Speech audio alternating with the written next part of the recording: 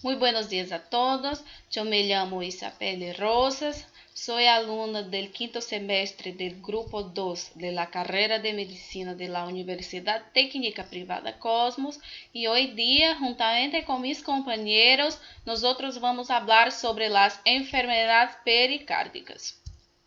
Para hablar sobre pericarditis, ao princípio temos que recordar um pouquito sobre a anatomia humana. Então, o que é o pericárdio? O pericárdio é nada mais, nada menos que uma capa fibrosa que hace um recobrimento sobre nosso coração. E o que seria uma pericardite? Recordemos também um pouquinho sobre terminologia médica e lembremos que itis, todo que é itis, hace referência a uma inflamação. Então, pericarditis hace referência a uma inflamação do pericárdio.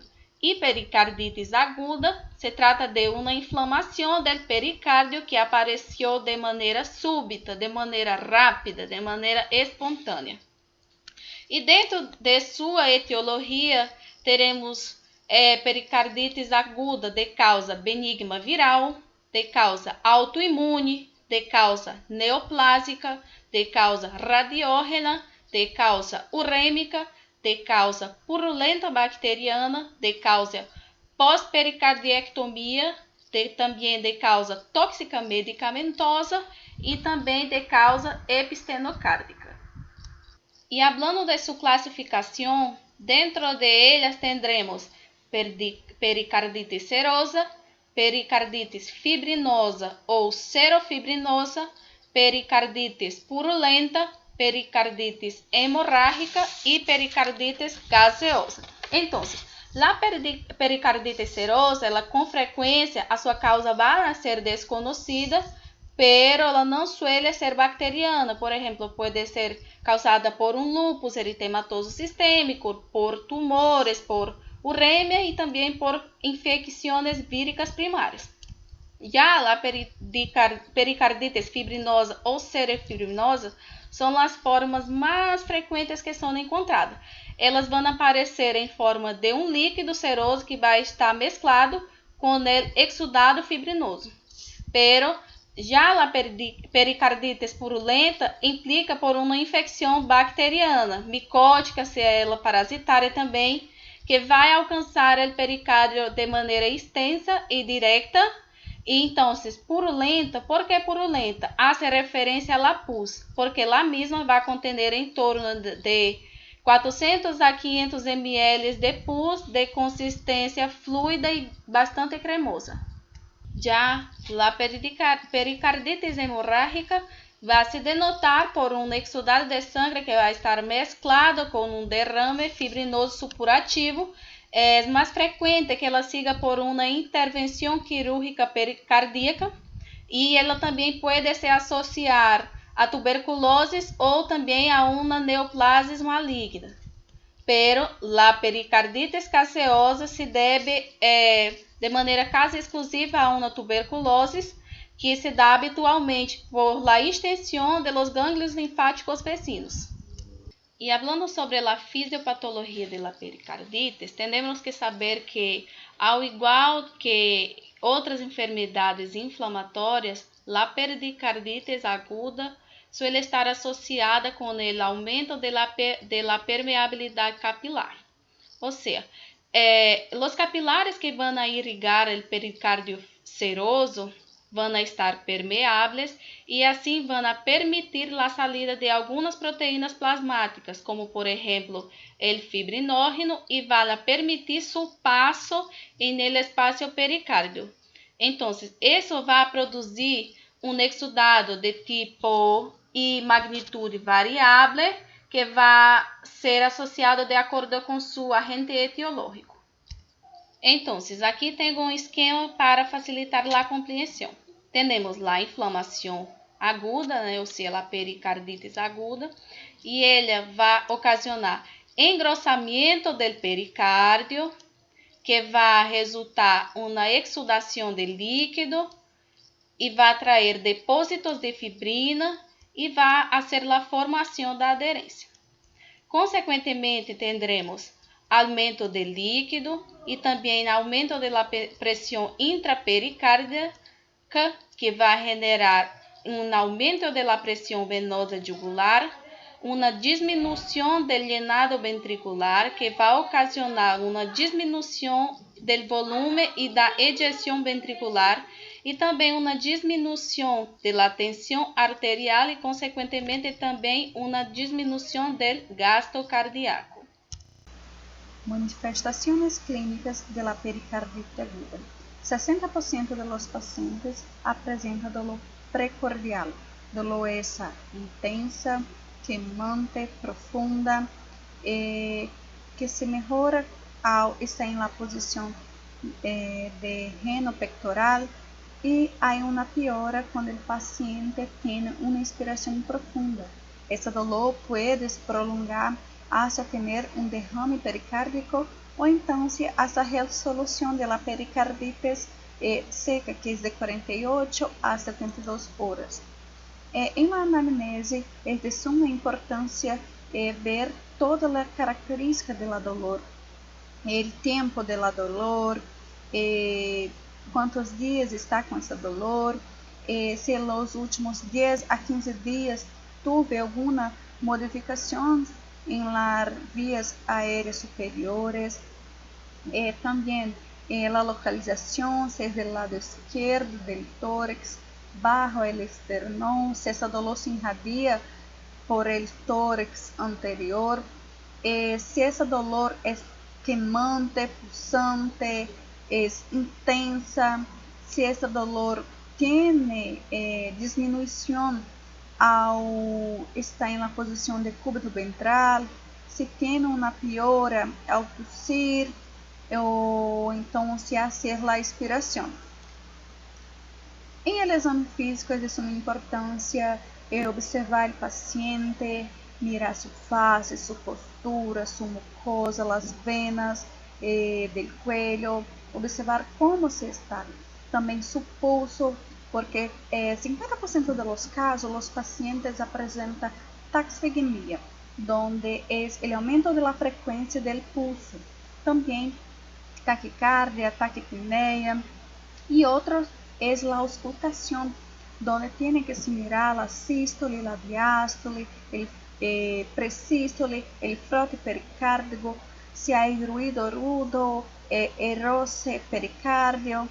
Entonces, la auscultación es de suma importancia. Y para tener una mejor auscultación, el paciente tiene que se inclinarse adelante para que haga una mejor auscultación del tórax anterior y del tórax posterior. El diagnóstico se basa en la triada de la clínica, donde es el aumento de la temperatura, que es la fiebre, el aumento de la inspiración y la auscultación del frote cardíaco. El derrame pericárdio e tamponamento cardíaco. O que seria o derrame pericárdio? Seria a acumulação de líquido em la cavidade pericárdia, quase sempre como resultado de quê? De um processo inflamatório infeccioso, que vai acontecer, que acontece entre o espaço compreendido de las duas capas do pericárdio, la visceral e la parietal, que contém as condições de líquidos normais, que seria entre 30 a 50 ml. Como podemos observar aqui, um coração normal e um coração com derrames pericárdio, que seria o que? Aqui podemos mirar já o acúmulo de líquido. E o tamponamento, o que seria o tamponamento cardíaco? É um síndrome secundário da compreensão do coração, que impede a llenado efetivo das câmeras cardíacas devido à presença do derrame pericárdio. Como podemos observar, como o coração já está llenado de líquido acima do normal, vai o que? Vai ocasionar um tamponamento cardíaco. Por quê? Porque vai ser uma compressão do coração, que vai ser o que? Vai ser impedido de ser llenado efetivo las câmeras cardíacas. La etiologia do derrame de pericárdio, o que significa? Seria o significativo, seria o que? O alto risco de tamponamento cardíacos, que são a neoplasia, a uremia, hemopericárdico, traumatismo por dissecção aórtica ou por rupturas cardíacas e lá pericardite também, pericardite tuberculosas. Lá a diferença da etiologia podem correlacionar-se por as características macroscópicas do líquido, que são líquido seroso, seromohepático, hemopático, quilossomo e colesterínico. O líquido seroso é o que? Seria o que? Seria a pericardite viral e las autoimunes. Já o líquido seromohepático seria o que? La pericardite tuberculosas, que seria o que? Neoplasias por radiações e às vezes las idiopáticas. E a hemopática seria o que? Seria a presença ou a dissecção aórtica, que seja por uma ruptura dele pericárdio, ou por um traumatismo tanto cerrado como penetrante, uma perfuração cardíaca por catéteres. E a quilossômonas seria o que? Seria uma ruptura dos condutos torácicos em ele pericárdico por um traumatismo. E a colesterínico seria o que? Um hipotiroidismo crônico. Vamos falar um pouco agora sobre a fisiopatologia dele derrame dele pericárdio. O que seria a fisiopatologia? Seria a presença de líquido no pericárdio por si solo. Não determina a aparição de sintoma e nem signo em formas aisladas. São importantes porque indica a existência de uma enfermidade de base. Quais são essas enfermidades? Pode ser a pressão, a expressão de um aumento da pressão interpericárdia, o aumento da pressão venosa, a caída da tensão arterial e a pressão capilar pulmonar e se habla de um tamponamento cardíaco. Também a existência e uma caída exagerada durante a aspiração profunda do pulso paradóxico. E também, casos mais graves, seriam os choques cardiogênicos. Nas manifestações clínicas durante o derrame pericárdio, temos que observar os dois fenômenos que antecedem. Dois que são assintomáticos, por exemplo, o derrame pericárdio leve e moderado, e o outro que é o derrame pericárdio grave, que esse é sintomático. Também que pode causar risco de vida ao paciente. Dentro desses sintomas, nós podemos observar que são duas manifestações também tardias, que são disneia, com esforço ou repouso, e astenia. Já também outra manifestação tardia, pero grave, que pode ocasionar morte ao paciente, é a hipotensão e choque, pode ocasionar também ao paciente. E isso nós temos que observar. Também é importante buscar signos tempranos que pode detectar risco imediato ao paciente. Por exemplo, podemos destacar aqui dois, que é a regurgitação venosa jugular, que pode ocasionar uma diminuição do lenado do ventrículo direito, e o pulso paradórgico ou de Kemuel, que ele vai ocasionar uma diminuição da sístole.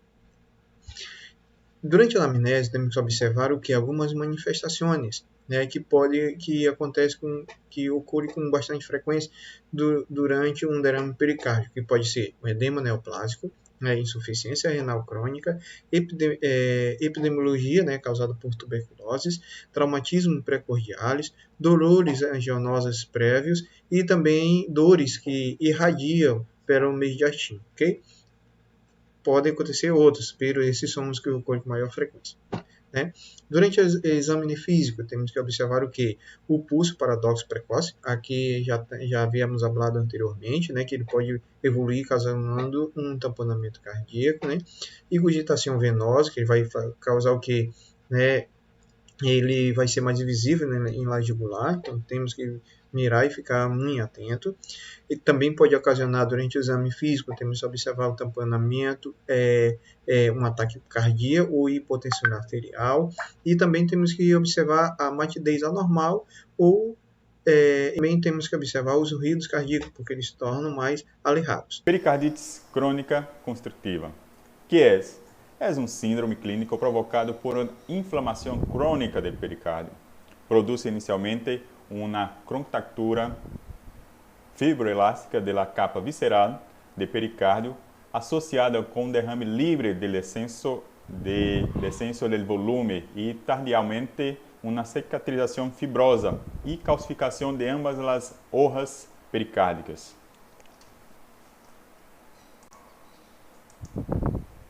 Sua etiologia.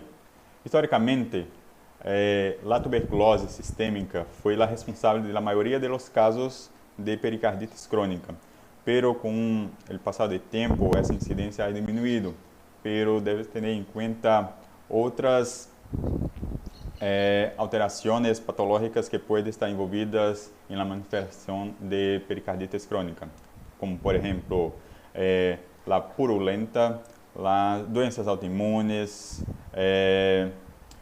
pós-cirurgias cardíacas, idiopáticas, entre outras. Agora iremos falar sobre a fisiopatologia de pericarditis crônica construtiva. Como vimos, a pericarditis construtiva é resultado de uma inflamação crônica do pericárdio. O que vai acontecer? Com o tempo, esta região irá se calcificar e irá interferir no llenado diastólico e irá limitar a diástole. Sim? Por lo tanto, a diminuição da elasticidade e a rigidez do pericárdio enfermo produzem uma dificuldade de llenado ventricular, que se manifesta mais no lado direito, e dado a menor massa muscular nessa região. Sim? Também vemos um aumento da pressão sistêmica e, finalmente, como um mecanismo de compensação, o mecanismo de Starling, se produzirá uma diminuição de volume sistólico, sim? E uma injeção ventricular e também um volume minuto. Então, em conclusão, podemos dizer que a igualação das pressões telediastólicas das 4 câmaras de coração tende a ser as características fisiopatológicas da pericarditis crônica. Ya las manifestaciones clínicas que el paciente va a llegar al consultorio será básicamente los síntomas y signos de una insuficiencia cardíaca derecha. Eso porque la pericarditis crónica se caracteriza por un endurecimiento del pericardio, disminuyendo la capacidad de dilatación, o sea, la capacidad del corazón hacer una diástole fisiológicamente. Bueno, este endurecimiento del pericardio se caracteriza por varios síntomas, como por ejemplo, o sea, el principal es la ingurgitación de la arteria angular, o sea, la dilatación, esta imagen que explica, la dilatación de la arteria angular.